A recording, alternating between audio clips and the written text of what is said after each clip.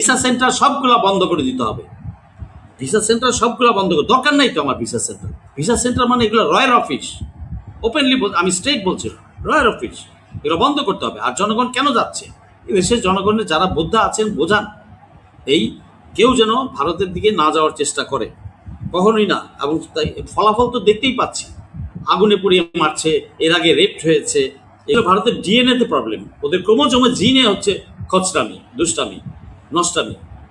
ওরা রক্ত পরিবর্তন ছাড়া ওরা ভালো হবে না, ওরা আগামী 50 বছর ওদের চরিত্র বদলাবে। অতএব ভারত আমার প্রতিবেশী, ও ওর জায়গায় থাকুক, আমি থাকুক। আপনি কি প্রতিবেশীর বাসায় প্রতিদিন যান নাকি?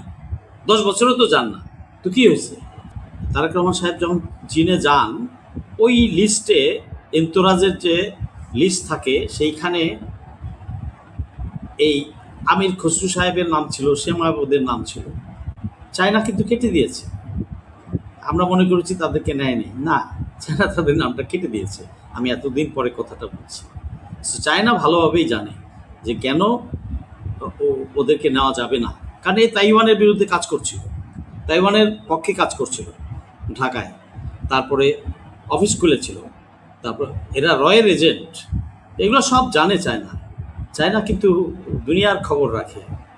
চায়না এখন সুপার পাওয়ার বলা যায়, এটা কোনো নিঃসন্দেহে বলা যায়, প্রকাশ্যভাবেই বলা যায় যে চায়না সুপার পাওয়ার। আমেরিকা তার জায়গায় নাই, অনেক আগেই নেমে গেছে ইরান যুদ্ধে। এটা ওয়ার্ল্ড অর্ডার চেঞ্জ হয়ে গেছে, বোঝা যাবে, পরিষ্কার হয়ে যাবে জনগণের কাছে। তারপরে যে আগুন লাগাইলো, কত নির্লজ্জ আমাদের যে ভারতের মোদিবীর্য, ভারত প্রেমী, হাসিনা প্রেমী যেগুলো অন্ধ গরু ছাগল আছে, এগুলো কতটা নির্লজ্জ। এর আগেও কিন্তু ভিসা খোলার সাথে সাথেই সেকেন্ড ডেতে থার্ড ডেতে গেল, গিয়ে কি হলো, হোটেলে নির্যাতিত হলো পরিষ্কারভাবে। তখন মানুষ বলে নাই বা বলি নাই, বলতো খারাপ শোনায়, রেপটা হয়েছে। বাকিগুলা কি জানে না? আমি একটা টকশোতে বলে দিয়েছি যে নিরাপদ না, ভারত কখনোই নিরাপদ না বাংলাদেশের জন্য, বিশ্বের অন্যান্য পর্যটকদের জন্য নিরাপদ না, এটা বিশ্ব জানে। কত পশ্চিমা দেশ থেকে এসে পর্যটক মহিলা ধর্ষিত হয়েছে না ভারতে, আমরা দেখেছি না সোশ্যাল মিডিয়াতে, জানি তো। তো কিভাবে এই লোকগুলা যায়? তুমি চায়না যাও, চায়নার চিকিৎসার জন্য এর অর্ধেক কষ্টে এবং তার 10 গুণ ভালো মানের চিকিৎসা পাবে।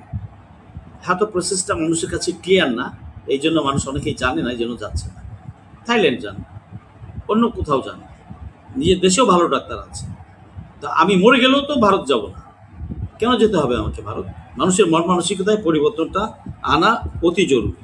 আচ্ছা, ত্রিবেদী যেদিন ল্যান্ড করেছে সেদিনই তো আমি বুঝে গেছি এবং সেদিনই বলে দিয়েছি যে তাকে ওইখান থেকেই ফেরত পাঠানো উচিত ছিল। একই আকাশ একই বাতাস। ও কি বুঝাইতে চায় 120 কোটি প্লাস 140 কোটি প্লাস 20 কোটি? ওর কথার ভেতরেই তো আছে যে সে এখনও এটাকে অঙ্গরাজ্য মনে করছে। তো আমাদের উচিত ছিল, আমাদের সরকারের, যে তাকে শোকজ করা, প্রথমেই তার ক্রেডেনশিয়ালস রিকনসিডার করা, তাকে না রাখা, স্ট্রং স্ট্যান্ড তখন নিলেই কিন্তু কাজ হয়ে যেত। তাকে তো অ্যাসাইন করে পাঠানো হয়েছে এই পারে, যে তাকে মিশন দিয়েই পাঠানো হয়েছে যে কি কি কাজ করবে, সেইখানে কতটা হজবরল সৃষ্টি করবে, গ্যাঞ্জাম সৃষ্টি করবে, এটা সে মিশন নিয়েই আসছে এখানে। এটা না বোঝার কি আছে? এটা সরকারকে সবসময় মাথায় রাখতে হবে, আমাদের পররাষ্ট্র মন্ত্রণালয়কে মাথায় রাখতে হবে। আর দেশপ্রেমিক জনগণকে, আর দেশপ্রেমিক যারা সরকারে আছেন, চাকরি বাকরি করছেন, বিএনপিতে যারা দেশপ্রেমিক ইমানদার ত্যাগী নেতাকর্মীরা আছেন, তাদেরকে মনে রাখতে হবে যে এই ভারতীয় অবৈধ যেগুলো আছে এই দেশ থেকে বিতাড়িত করতে হবে। ভারতীয় সেবাদাসগুলা যারা এই পারে, বাট ভারতের সেবাদাস, এদেরকে আইনের আওতায় আনতে হবে। অবৈধ এবং বৈধ সকল ভারতীয়দেরকে এই দেশ থেকে ভাগাতে হবে।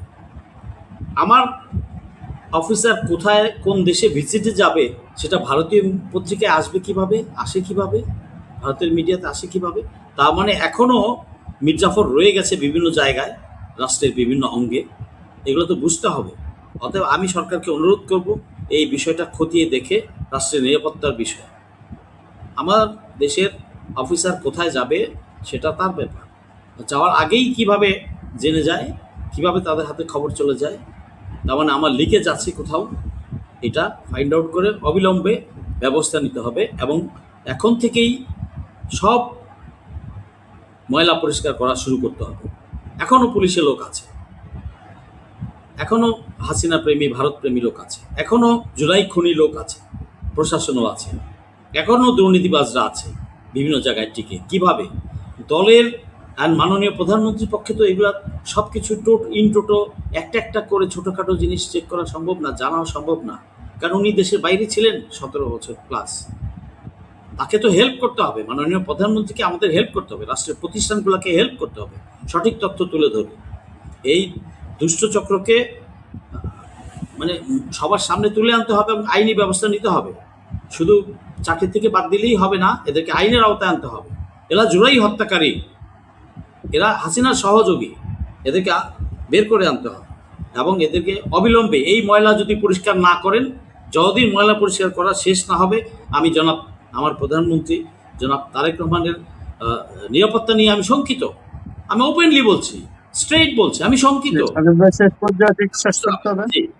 ভিসা সেন্টার সবগুলা বন্ধ করে দিতে হবে, ভিসা সেন্টার সবগুলা বন্ধ করে, দরকার নাই তো আমার ভিসা সেন্টার। ভিসা সেন্টার মানে এগুলো রয়্যাল অফিস, ওপেনলি আমি স্ট্রেইট বলছি, রয়্যাল অফিস এগুলো বন্ধ করতে হবে। আর জনগণ কেন যাচ্ছে, দেশের জনগণের যারা বোদ্ধা আছেন বোঝান, এই কেউ যেন ভারতের দিকে না যাওয়ার চেষ্টা করে, কখনোই না। এবং তাই ফলাফল তো দেখতেই পাচ্ছি, আগুনে পুড়িয়ে মারছে, এর আগে রেপ্ট হয়েছে, এগুলা।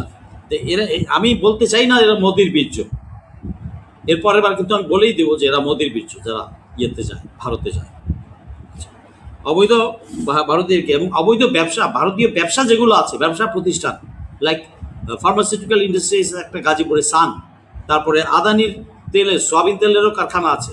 তো এইগুলা সবগুলোই করতে হবে, ভারতের সাথে সকল চুক্তি রিকনসিডার করতে হবে, এগুলো সব আস্তে আস্তে করতে হবে। আর ভারতে আমার যাওয়ার দরকার নাই তো।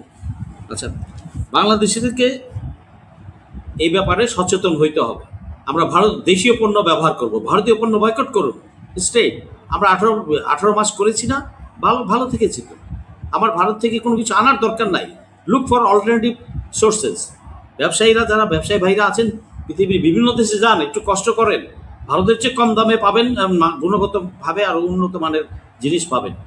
র মেটেরিয়ালস বাইরে থেকে আনেন, 5 টাকা বেশি দিয়ে খাবো কেজিতে আমি, তবু আমি দেশীয় প্রোডাকশন খাবো এবং অন্য দেশ থেকে আনা প্রোডাক্ট আমি কিনব, ভারত থেকে নয়।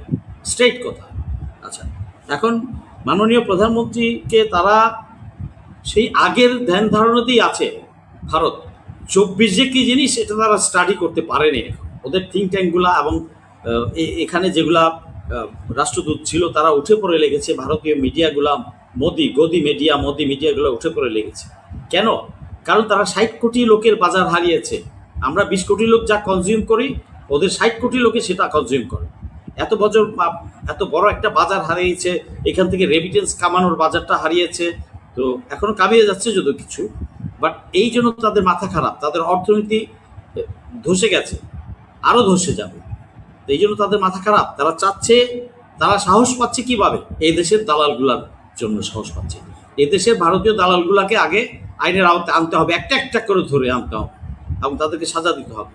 অথবা সাজা যদি এই দেশে থাকতে না চায়, চলে যাক, ভারত চলে যাক। তারা যেহেতু ভারতের পারপাস সার্ভ করে, ওখানে গিয়ে মোদির পারপাস সার্ভ করবে, নট ইন বাংলাদেশ। এটা বুঝতে হবে, এটা করতে হবে। এবং তারা চাচ্ছে যে চায়নার সাথে, টার্কির সাথে, পাকিস্তানের সাথে, ইরানের সাথে আমাদের ভারতের সম্পর্ক না হোক, যাতে ওইদিকে ঘেঁষা না যেতে পারে। আবার হাসিনার মতো নতজানু হয়ে ভারতের কাছে সাবমিট করি নিজেদেরকে, তাদের কাছে আত্মসমর্পণ করি। সেই জন্য তারা যে কোনোভাবে ছলে বলে কৌশলে তার পিছনে লেগেছে, মাননীয় প্রধানমন্ত্রীকে ওখানে নিয়ে কোনো না কোনো কিছু একটা চুক্তি করে ফেলবে এবং তাকে ফোর্স করবে। আমি বলে দিচ্ছি, তাকে ফোর্স করবে, তাকে ট্র্যাপে ফেলবে। কোনোভাবেই আগামী 5 বছর মাননীয় প্রধানমন্ত্রী আমাদের জনাব তারেক রহমান যেন ভারতে না যায়। আগে ভারত সেই পরিবেশ তৈরি করুক, হাসিনাকে ফেরত দেখ, যে আওয়ামী লীগের যে কয়েকশো বা হাজার খানেক প্লাস যেগুলো গেছে এগুলাকে ফেরত দেখ, হাদির হত্যাকারীকে ফেরত দেখ, আমার পদ্মার পানির হিস্সা দেখ, 54টা নদীর পানির হিস্সা দেখ, আমার তালপট্টি ইস্যু আমাকে ফেরত দিতে হবে। আরও অনেক ইস্যু আছে, সীমান্ত হত্যা বন্ধ করতে হবে। সকল কিছু করে যখন ভারতের ডিএনএতে প্রবলেম, ওদের ক্রোমোজোম জিনে হচ্ছে খচরামি, দুষ্টামি, নষ্টামি। ওরা রক্ত পরিবর্তন ছাড়া ওরা ভালো হবে না। ওরা আগামী 50 বছরও ওদের চরিত্র বদলাবে। অতএব ভারত আমার প্রতিবেশী, ওর জায়গায় থাকুক, আমি থাকুক। আপনি কি প্রতিবেশী বাসায় প্রতিদিন যান নাকি? 10 বছরও তো যান না, তো কি হয়েছে? তা আমার ভারতকে প্রতিবেশী যারা বলে, আর যারা ওই যে 71 আর 24-এর তুলনা করে, এরা সব মোদির বীর্য। আর বেটা 71 জায়গায় আছে, আমরা আমরা জুলাই। এটা হচ্ছে একটা জগা খিচুড়ি পাকানোর জন্য, দেশে একটা বিভ্রান্তি সৃষ্টির জন্য এই ইস্যুগুলো তুলে আনে, অখাদ্য কোথাকার এগুলা। এই ধরনের জিনিসপত্র থেকে সাবধান থাকতে হবে। আমি পরিষ্কারভাবে বলতে চাই, মাননীয় তারেক রহমান, জনগণের পালস বুঝুন। আমরা বুঝতে পারছি আপনার নিরাপত্তার হুমকি সেখানেও আছে। আপনি গেলেই যে আপনাকে ওরা স্বস্তিরভাবে আসতে দিলে হাতে পায়ে অনেক শিকল বেঁধে আপনাকে আসতে দিবে, আর না আসতে দিলে কিছু করার তো নাই। তাহলে আমি শঙ্কিত, আমি তার দেশের ভিতরে তার জীবন নিরাপত্তা নিয়ে যেমন শঙ্কিত, ভারতে গেলেও আমি তার জীবনের নিরাপত্তা নিয়ে শঙ্কিত। পরিষ্কারভাবে এই কথাটা আজকে আমি বলছি। অতএব কোনোভাবেই বিএনপির দেশপ্রেমিক নেতাকর্মী যারা আছেন তারা কোনোভাবেই দিবেন না। জনগণও চায় না রাষ্ট্রযন্ত্রগুলো যেন তার ভারত যাওয়ার পক্ষে সাফাই না করে।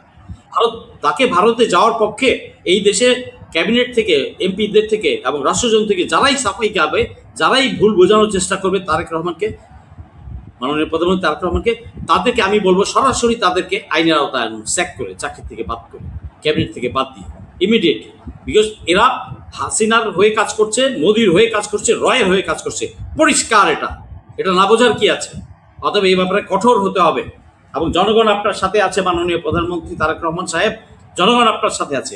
আমি ফেরদৌস আজিও আছি সাথে, এই ক্যাপ্টেন মারুফ আছে, প্রবাসী ভাইরা আছে। আপনি ভারত কিচ্ছু চাপ দিতে পারবে না।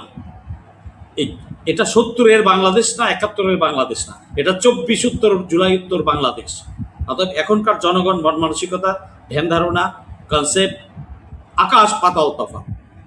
আমার প্রধানমন্ত্রী কখনোই ভারত যাবেন না, আগামী 5 বছরও যাবেন না।